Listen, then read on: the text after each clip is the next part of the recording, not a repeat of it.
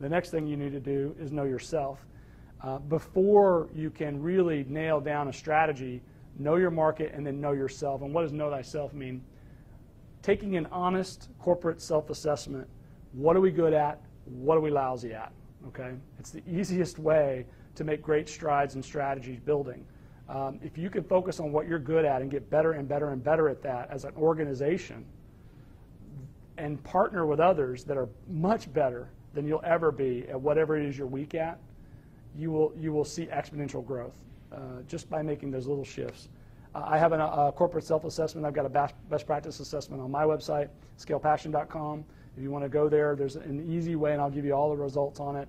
But it basically evaluates your company on a lot of different levels: leadership, training, supply chain, marketing, sales. So all the major pieces of your company, what are you good at as it relates to best practice companies? And what it'll do is it'll say a best practice company looks like this. Do you look like this? And then you rate yourself on a grade school scale, A to F, and it'll give you a sense of really where you're strong and where you're not. If you haven't done an honest corporate self-assessment, do it. The other big thing here is ensuring key stakeholder alignment. A lot of small businesses or medium businesses or big businesses, if you've got a team that's responsible for getting stuff done, you've got to make sure you're in alignment. And the example I always give is I've coached a company in Orlando for many years now. Two partners, one's 60% owner, one's a 40% owner. Set them down, was talking to them in a strategic planning session. You know, I'm going to make up names, but you know, Matt, what are your objectives 5 years from now? I want to build a company I can give to my kids.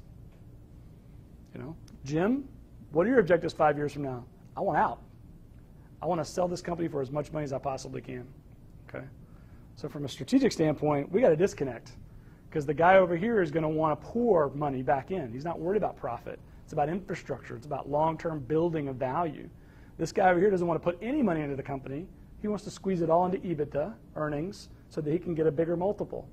So if the two people at the top of the company aren't in total alignment, that trickles down to every single decision that gets made each and every day. So it's a huge, huge, huge issue. It can happen on boards. It can happen on teams that are building a project. If you're just running a project, making sure you're really clear on where it is we're going. Are we going in this direction or that direction is critical. And lastly, ensure change readiness. The companies that I work with are looking to grow, and the leader has to recognize that in order to grow, we have to be ready to change and do things differently, especially in this environment. You know, I can't overstate the amount of change that we're seeing right now. The past 18 months, the past, you know, really 12 months since the economic meltdown. The economic meltdown in the fourth quarter of last year, in combination with all the technological changes going on, it's unlike anything that's ever been seen. So change is coming, whether you're growing 4% a year or declining or growing 40% or 400% a year. The change readiness piece of this is huge. My first tip, we're going to give you 5 tips today to really take away. Hopefully you get more than that, but the real one that I wanted to kind of bring up here is force stakeholder alignment. And the easiest way to do that is to get the key stakeholders on a team, get the key stakeholders in a business, go to dinner, go to lunch, dinner's probably better, have a glass of wine or whatever your preferred beverage is, and have a hard conversation. And the question to ask is, what's important to you?